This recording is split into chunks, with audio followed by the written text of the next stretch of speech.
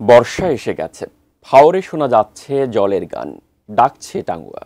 মূলত ঈদের ছুটি থেকে শুরু হয়ে গেছে পর্যটকদের আগমন। এই বর্ষায় ভ্রমণ প্রিয় মানুষদের আমন্ত্রণ জানাচ্ছে প্রকৃতির অপার সৌন্দর্যের তীর্থভূমি টাঙ্গুয়ার হাওর। সুনামগঞ্জ থেকে জানিয়েছেন মেহেদি হাসান। দেখুন ডেস্ক রিপোর্টে।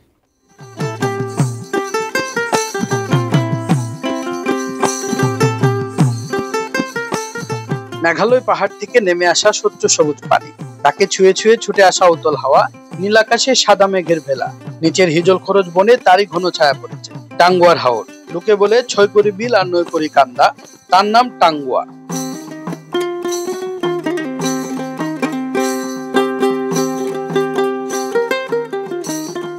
দেশের দ্বিতীয় রামসার সাইট টাঙ্গুয়া। সুনামগঞ্জের তাহিরপুর ও ধর্মপাশার প্রায় ১২৬ বর্গ কিলোমিটার জুড়ে দেশের দ্বিতীয় বৃহত্তম মিঠা পানির জলাভূমি।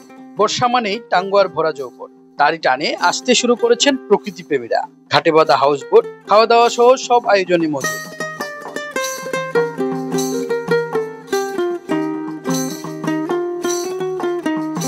হাওরকন্যা সুনামগঞ্জে এসে পর্যটকেরা ভেসে পড়েন হাওরের জলে, ছুটে যান ওয়াচ টাওয়ারে, ঘুরে দেখেন বারিকের টিলা, শহীদ সিরাজ লেক, শিমুল বাগান এবং টেকের ঘাটে রাত্রি যাপন। অ্যান্টিব্যাকটেরিয়াল অ্যাডিটিভ যুক্ত সেরা ওয়াটার ট্যাঙ্ক বিশুদ্ধ পানিতে ব্যাকটেরিয়া জন্মাতে দেয় না। মন মাখামাখি হয় টাঙ্গুয়ার ওপার জলে আর উদার জোছনায়।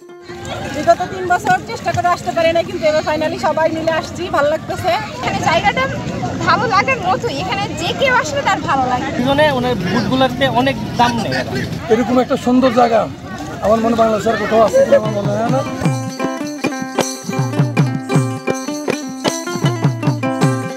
পর্যটক বাড়বে আরো, তাদের নিরাপত্তা ও সহযোগিতার জন্য প্রস্তুত প্রশাসন।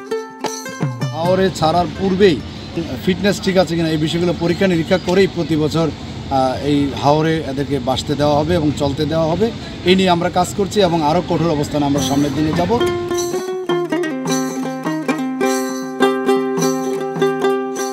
প্রকৃতি যাদের প্রিয়, যাপিত জীবনের খোলাহল ছেড়ে যারা নিসর্গের নিরিবিলিতে কিছুটা সময় কাটাতে চান, এই বর্ষায় তাদের আমন্ত্রণ জানাচ্ছে টাঙ্গুয়া।